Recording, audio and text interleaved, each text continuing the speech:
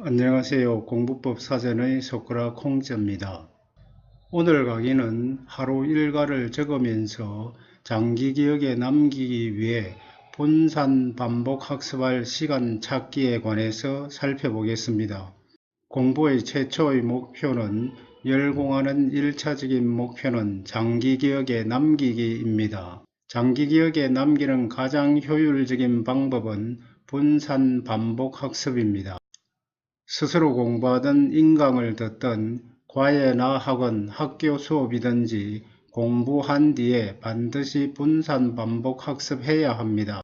이빙하우스의 망각 곡선을 살펴보면 4, 5회의 주기적인 복습, 하루만 지나도 70% 정도 잊어버린다는 사실을 알 수 있습니다.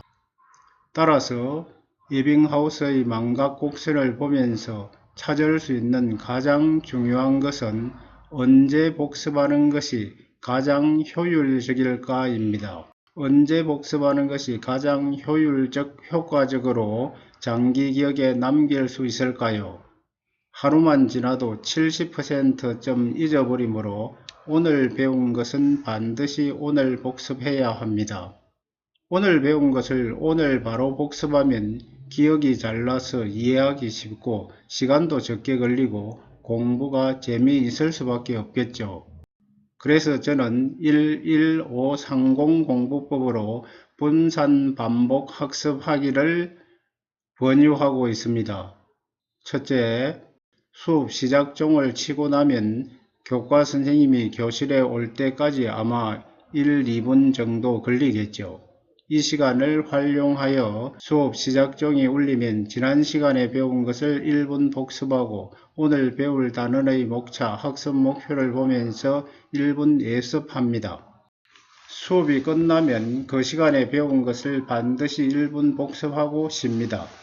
공책에 필기한 것이나 교과서에 줄 그은 것을 그냥 천천히 한번 읽습니다. 이때 주의할 것은 이해하려고 하거나 암기하려고 애쓰지 않습니다.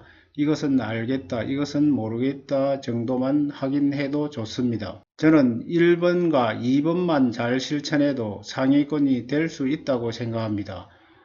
조금 더 잘하고 싶으면 다음에 이야기하는 3번까지 실천하고 최상위권이 되고 싶으면 4번까지 실천하면 좋겠습니다. 그날 저녁 또는 아침에 일찍 일어나는 사람은 다음날 아침에 한 과목에 1분 내지 5분씩 복습합니다.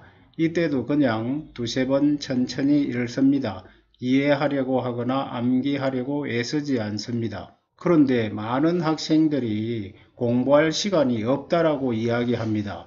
그래서 평일 하루 일과를 적어보면서 그날 저녁 또는 다음날 아침에 한 과목에 1분 내지 5분씩 복습할 시간을 찾아봐야 합니다. 이런 일과를 가지고 있다면 8시에서 10시 사이에 30분 정도의 공부 시간을 찾을 수 있을 것입니다. 30분 먼저 공부를 하고 난 뒤 휴대폰을 만지는 것이 더 좋은 방법이겠죠. 저녁에 또는 다음날 아침에 무슨 공부를 할까 망설이지 말고 1교시에 배운 과목부터 차례차례 복습합니다. 그날 배운 것 복습을 자동화 습관화합니다. 토요일, 일요일 가운데 하루는 모든 과목을 30분씩 복습합니다. 예를 들면 토요일 오전 9시부터 12시까지는 복습합니다. 이때는 참고서도 보고 모르는 단어는 사전에서 찾아보면서 이해하고 암기하려고 애씁니다. 역시 토요일, 일요일에 시간 내기 어렵다는 학생들도 있습니다.